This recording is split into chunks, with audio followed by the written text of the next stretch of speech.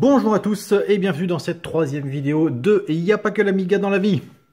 Alors, pour ceux qui me suivent depuis un petit moment, j'en ai parlé dans la vidéo où j'explique un petit peu le statut de l'entreprise.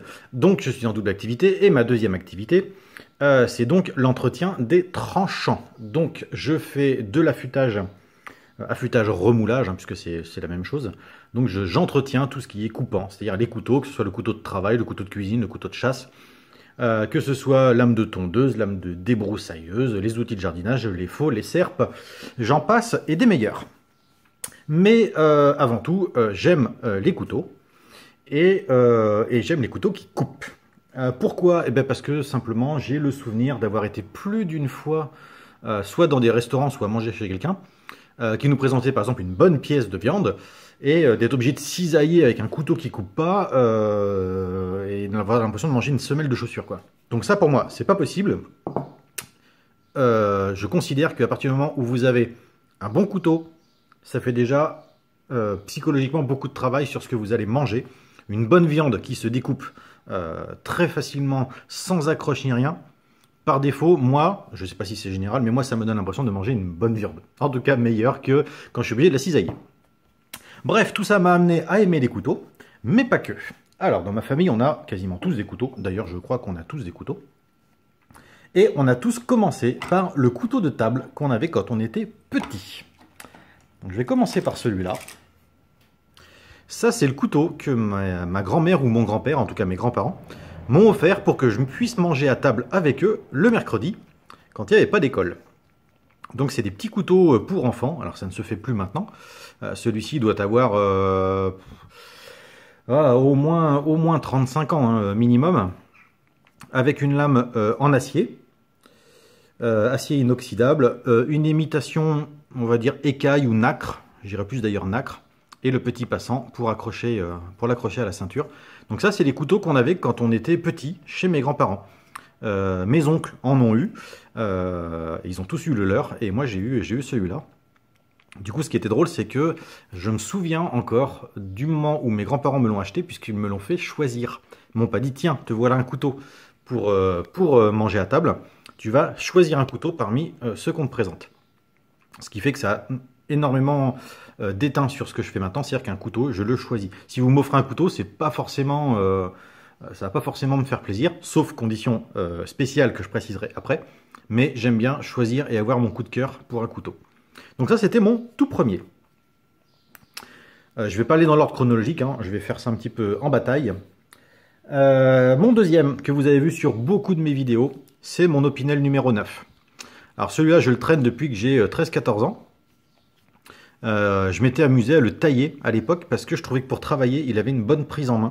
Voilà, ça me permettait d'appuyer et de me servir du couteau de plusieurs manières. Faut savoir qu'on en est à la deuxième lame. Voilà, j'avais racheté un numéro 9 pour récupérer la lame acier, donc acier au carbone, donc il rouille. Et donc je n'avais pas gardé le manche, mais j'avais changé la lame. Donc celui-là, je le traîne aussi depuis des années. Pour moi, l'Opinel, c'est le couteau de travail par excellence. Pas cher, quasiment indestructible, et vraiment très très bon. En plus, avec des lames carbone, si vous savez bien les affûter, vous en faites de véritables rasoirs. Ensuite, je vais avoir mon couteau de poche, donc celui que j'ai régulièrement avec moi, sachant que je ne porte pas toujours le même couteau avec moi, ça dépend ce que je fais. Si je sais que je vais travailler, je vais avoir un couteau type travail. Si je vais manger dans ma famille ou chez des amis, je vais avoir un couteau de table particulier. Et si jamais c'est au restaurant, puisqu'au restaurant je prends mon couteau, j'ai un couteau spécial pour les restaurants. Donc celui-ci, je l'ai acheté en Corse, parce que je voulais pas acheter un Vendetta. Tout le monde achetait des Vendetta en Corse. Le Vendetta, c'est un couteau qui ressemble à celui-ci. Je le présenterai tout à l'heure, mais celui-là, c'est un très vieux. Mais c'est un couteau en général plutôt long avec des cornes sur les côtés. Je le trouve pas beau du tout. Et donc celui-ci, je l'ai acheté à Calvi. Donc il est donc marqué, Calvi. Alors désolé, il est un petit peu sale parce qu'il a servi. Donc on est sur une lame inox en 12C27. Donc la seule chose qu'il faut retenir sur les lames, c'est que vous avez le 12C27 et le 440. C'est deux inox qu'on trouve très souvent, par exemple chez les Laguilleuls. Les Laguilleuls haut de gamme sont en 12C27, les entrées de gamme sont en 440. Et après, sur les couteaux chinois ou indonésiens ou ces pays-là, on va souvent avoir du 450 et du 1250, je crois. À vérifier, j'en ai pas sous la main, mais je sais que les couteaux que je vends qui sont en provenance du Pakistan sont souvent marqués 440, donc des aciers de moins bonne qualité, mais attention, ça ne veut pas dire que ce sont de mauvais couteaux, ça veut dire qu'il y a moins d'exigences en termes de qualité, mais par contre ce sont de très bons couteaux. Je fais ma pub en même temps. Celui-ci a un cran de sûreté, il suffit d'appuyer ici pour le refermer. Le manche est en ébène, donc un bois noir, très solide, très tranchant, livré avec son petit étui. Ça, c'est mon couteau, couteau à tout faire, mais que je vais privilégier un peu pour le bricolage en fait. Alors bricolage propre, sinon je prends l'Opinel. Ensuite, j'ai celui-ci que j'avais acheté durant des vacances sur le mont Mézinc, dans le Massif central, qui est donc un Issingeau, voilà, de marque Le Sabot. Donc ça, c'est un couteau qui est normalement fabriqué à Thiers, voilà, aussi en 12C27, donc 12C27, pardon, donc un acier très résistant. Le manche est en corne. Alors, je ne sais pas si je suis tombé sur une mauvaise série, mais finalement, ce couteau, je ne l'aime pas tant que ça. Déjà, la corne s'est très vite déformée, même si je ne l'ai jamais laissée dans l'eau. Elle a éclaté, donc j'ai été obligé de la refaire. Voilà, de la reponcer, lui redonner une forme.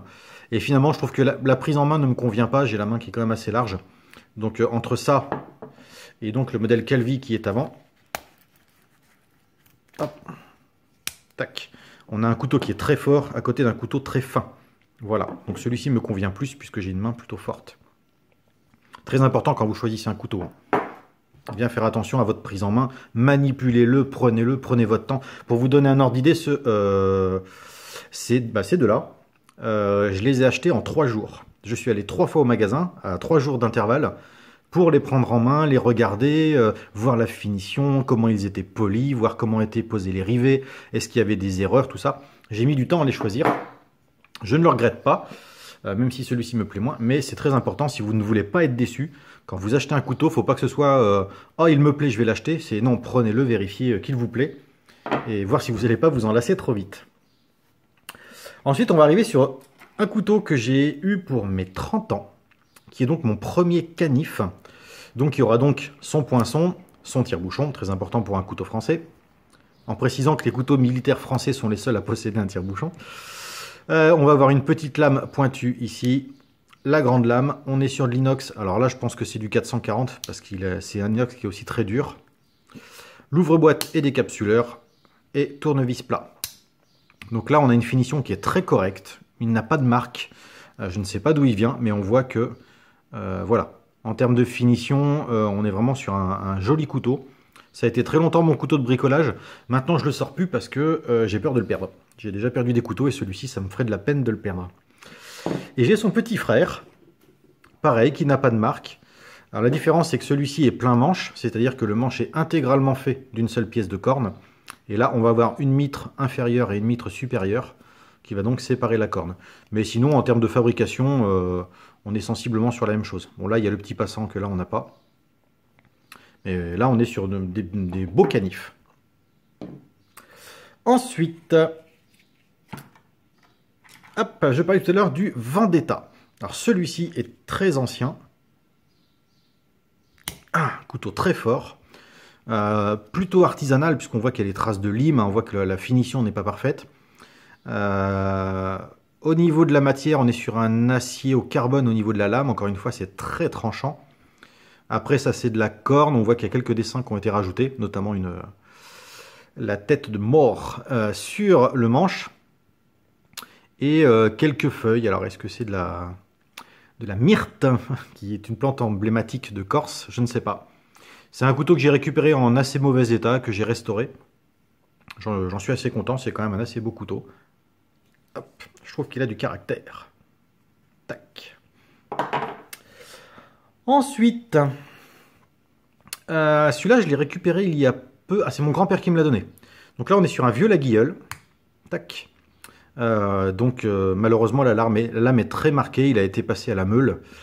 Mais on est sur ce qu'on appelle une botte. Voilà, puisqu'il a une forme de botte. Montée avec un tire-bouchon. C'est un modèle 10 cm. Peut-être plus adapté à une petite main ou à une femme. En général, les 10 cm sont plus féminins, donc plus élégants. Celui-ci peut être un modèle femme, mais bon, voilà. Et celui-ci a la particularité d'avoir les rivets qui ressortent. Voilà, c'est pas un défaut. Les rivets sont en relief. On a une finition qui est plutôt correcte, hein, ça reste un très très bon couteau. En termes d'acier, alors c'est pas marqué, mais ça va être l'équivalent d'un 440.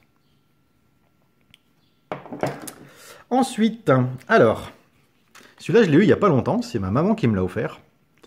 Alors c'est pour ça que je précisais tout à l'heure que je n'aime pas forcément qu'on m'offre un couteau, mais elle m'a l'a offert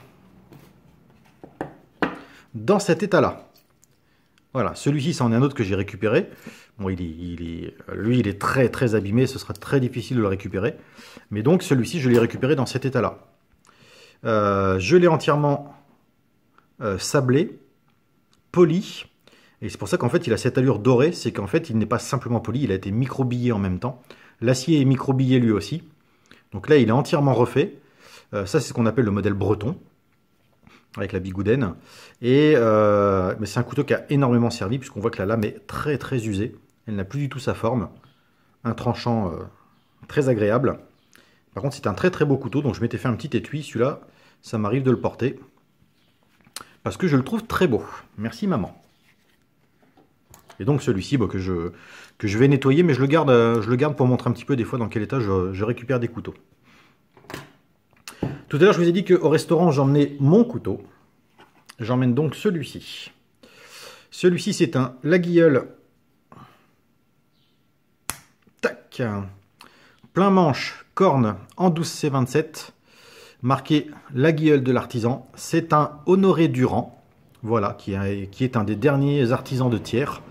Donc ça, c'est un couteau qui, il y a quelques années, se négociait aux alentours de 280 à 350 € pour ce modèle-là. Donc on peut quand même considérer que c'est un couteau de poche, mais quand même de luxe. Enfin, moi, je vais le considérer comme de luxe. Rien à voir avec une œuvre qui va coûter un bras en modèle unique. Ceux-là sont quand même des couteaux d'artisan. Très très bien finis. On voit qu'il n'y a aucun jour. Et on dit qu'un couteau d'artisan n'a pas de défaut. Et pourtant, il en a un. Il y a eu... Alors, pour montrer à quel point je chipote, il y a un petit dérapage ici, là, voilà. On voit qu'il y a un petit plat. Je pense qu'il y a eu un dérapage au moment du travail de la corne. Mais un défaut n'est pas forcément une mauvaise chose. Un défaut personnalise le produit. Voilà, ce qui fait que c'est le mien, c'est parce qu'il a ce défaut qui est là. Donc encore une fois, couteau qui coupe très très bien et que j'utilise au restaurant. Une autre chose, on entend souvent les gens faire claquer les couteaux. Moi, je ne les claque jamais. Puisqu'ici, on n'a pas de butée sur la lame. Donc quand on ferme le couteau, cette partie-là vient taper l'intérieur du corps et risque d'écraser le fil de lame. Tac. Donc, je ne le claque pas. Ensuite, je suis en train de restaurer un autre couteau que ma maman m'a offert, encore une fois, qui est un vieux Pradel. Voilà, donc là, j'ai retiré les rivets, j'ai tout refait. Et il était monté avec un manche imitation corne de cerf. Bon, c'est du plastique. Par contre, tout était rouillé, tout était pourri. Donc là, il y a tout à refaire. J'ai donc entièrement sablé le mécanisme, qui est très simple. C'est juste deux plaques de métal, un ressort, une lame. Le problème, c'est que le ressort est abîmé. Et vous voyez, il fait partir la lame en biais. Donc il va falloir que je répare ça avant de le terminer. Et par contre, je ne vais pas le refaire avec la corde d'origine. J'ai un copain qui m'a donné des fémurs de bœuf. Donc je vais tenter de le faire avec un fémur de bœuf. Ou alors avec deux plaques d'aluminium poli. Je ne sais pas encore. Celui-là, il est en stand-by. Il est dans sa petite boîte avec ses petites pièces. Donc on verra ça plus tard. Puisque de toute façon, j'ai prévu de faire une chaîne qui sera dédiée à ça. Ensuite, j'ai récupéré des petits couteaux. Voilà, tout petit, tout mignon. Alors celui-là est à refaire aussi, puisque les rivets sont très très abîmés. Voilà, donc il y a les deux parties en laiton qui viennent là. Ça fait un tout petit couteau. Voilà, je trouve ça tout mignon, en forme de goutte d'eau. Et il va falloir refaire donc les plaquettes, puisque celle d'origine était en corne. Alors celle-ci est encore en à peu près bon état. Mais la deuxième avait gonflé, et elle s'est craquelée, elle est toute déformée. Voilà. Donc ça, c'est entièrement à refaire. Alors vu que c'est quelque chose que je ne maîtrise pas correctement pour le moment, ça reste en stand-by. Et une fois que je maîtriserai ces fameuses plaquettes, eh bien, je me permettrai de le restaurer comme il faut. Celui-ci est plutôt amusant, puisque alors je m'intéresse à tout ce qui est survie, collapsologie, enfin vous l'avez vu avec les genres de jeux auxquels je joue, comme les stalkers, choses comme ça. Et un jour, je me baladais pas très loin de chez moi, et dans un tas de ferraille, enfin un tas de bois, un tas d'ordures, je trouve du bois de palette des restes de rivets pop, et un morceau de bois que je trouvais chouette parce qu'en fait il est rouillé, mais pas trop. Et je me suis dit, je vais me fabriquer un couteau uniquement avec les éléments que je vais trouver dans ce tas de bois, et je vais essayer de le fabriquer sans machine-outil. Donc j'ai quand même triché puisque j'ai une meule à manivelle, donc je m'en suis servi pour donner la forme. La scie qui est là a été faite à la lime, donc là ça a été très très long, le travail est énorme, mais par contre on peut vraiment couper un bout de bois avec, hein, ça crochte. Les trous étaient déjà percés dans le morceau de ferraille, alors je ne sais pas ce que c'était à la base, du coup j'ai passé les rivets dedans, c'était plus ou moins les mêmes trous, et ça c'est du bois de palette que j'ai forgé, enfin que j'ai formé à coups de lime et à coups de papier de verre. Rien de vraiment compliqué. Par contre, bah, l'acier n'est pas trempé, donc il coupe, mais par contre il ne tient pas le fil, il ne coupe pas longtemps. Il faut surtout pas s'en servir sur des choses dures, puisque sinon il va plier. Donc c'est vraiment couteau de dépannage, urgence, c'était plus un petit délire, mais je le garde parce que j'en suis quand même assez fier. Ensuite, on change de registre, on va passer sur mes couteaux de cuisine. Petit clin d'œil à Monsieur Jibam, puisque je pense à tes couteaux. Ça, c'est un vieux couteau de cuisine qu'on m'a donné sur un marché. C'est une dame qui me l'a donné parce qu'elle trouvait que je restaurais assez bien les couteaux. Donc je lui ai restauré les siens et en cadeau, elle m'a offert celui-ci. Donc qui était tout pourri, j'ai dû refaire la lame. Et surtout, ce que je trouve intéressant, c'est qu'elle a une forme bien particulière. Pour les légumes, c'est vraiment agréable. Sur une planche à découper, ça passe tout seul. Et c'est un vrai rasoir. Là, ça tranche. Celui-ci, c'est un ancien couteau de boucher. Pareil, que j'ai entièrement poli, retravaillé. J'ai poli intégralement la lame, parce que c'est une lame, encore une fois, en acier au carbone. Par contre, quand je l'ai eu, il était cassé à 90 degrés ici, donc j'ai dû le reformer. Celui-ci va me servir pour couper les gros morceaux de viande ou les gros légumes ou gros fruits. Pour couper un melon, alors là, ça c'est un véritable bonheur. Donc là, on est sur les couteaux anciens pour la cuisine. Et ça, rien à voir, mais je voulais les présenter aussi. C'est ce que j'utilise en couteau moderne pour la cuisine. Donc ça, c'est ce que je vends sur les marchés. Donc une seule pièce d'inox, extrêmement bien affûtée quand vous avez changé le fil, parce que d'origine, les moutures est aux alentours de 45 degrés. Moi, je la réduis entre 20 et 25. Donc on a un tranchant très efficace. S'ils sont bien entretenus, vous considérez que vous pouvez les utiliser 3 mois avec une coupe extrêmement forte. Après, il va falloir les repasser au moins un petit coup de fusil, quoi. Je vais avoir le même modèle en lame beaucoup plus forte, beaucoup plus épaisse. Parce que là, on a quand même une certaine souplesse que vous n'aurez pas ici. Voilà. Ça, c'est fait pour couper du gros. Voilà. Quelque chose de résistant et de solide. Très bon couteau, ceci dit.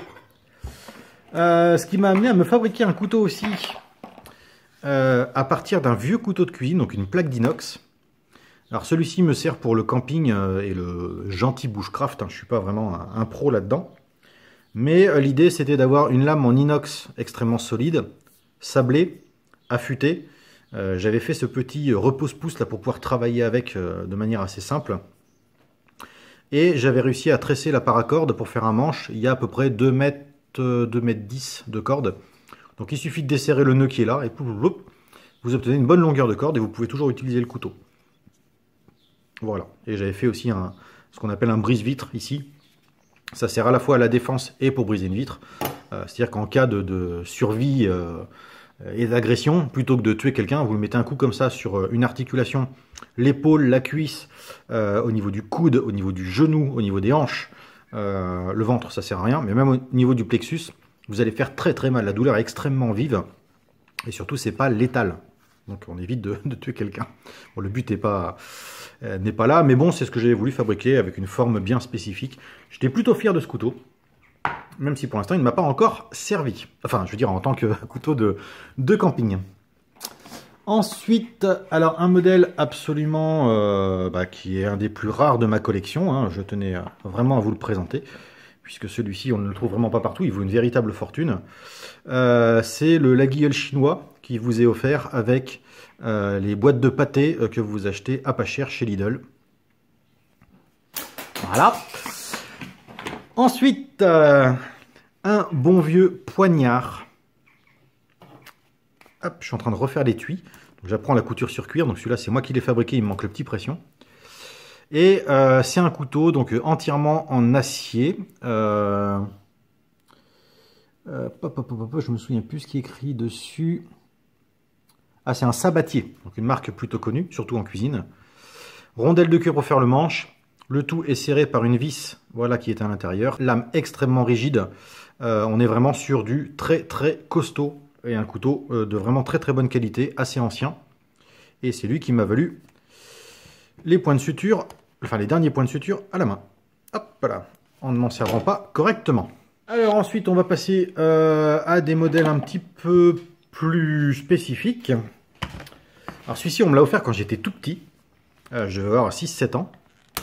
On m'avait dit que c'était un couteau de trappeur, mais apparemment, ce n'en est pas un. Donc je ne sais pas réellement ce que c'est. Finition irréprochable, solidité. C'est un tank ce truc. Il pèse un âne mort, hein, c'est extrêmement lourd.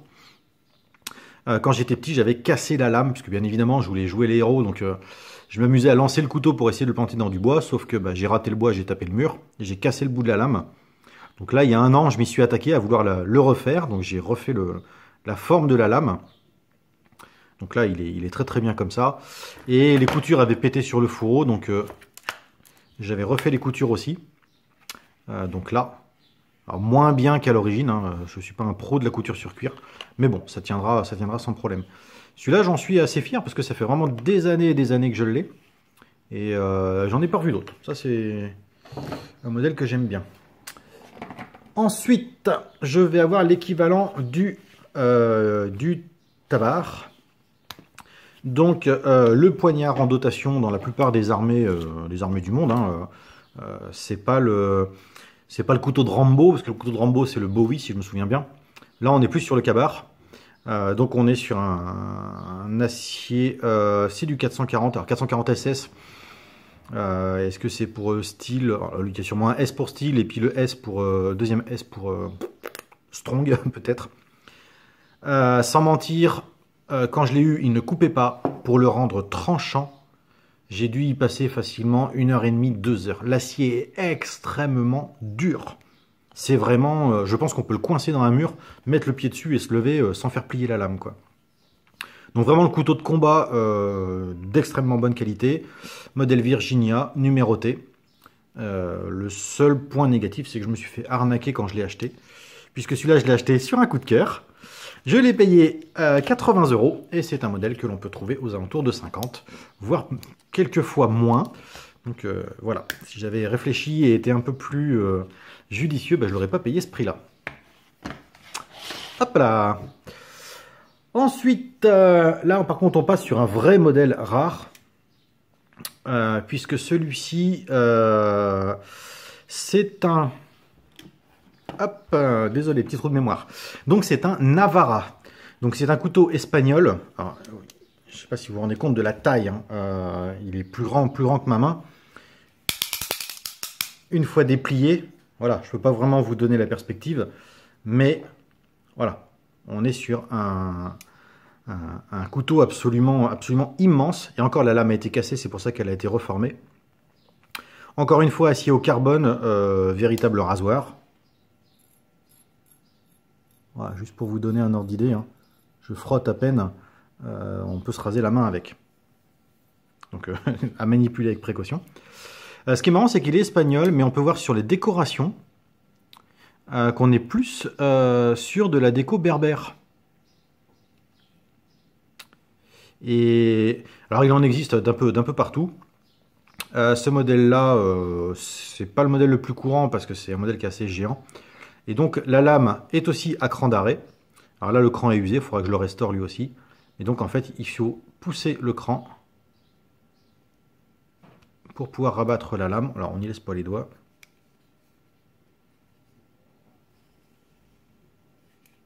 Voilà.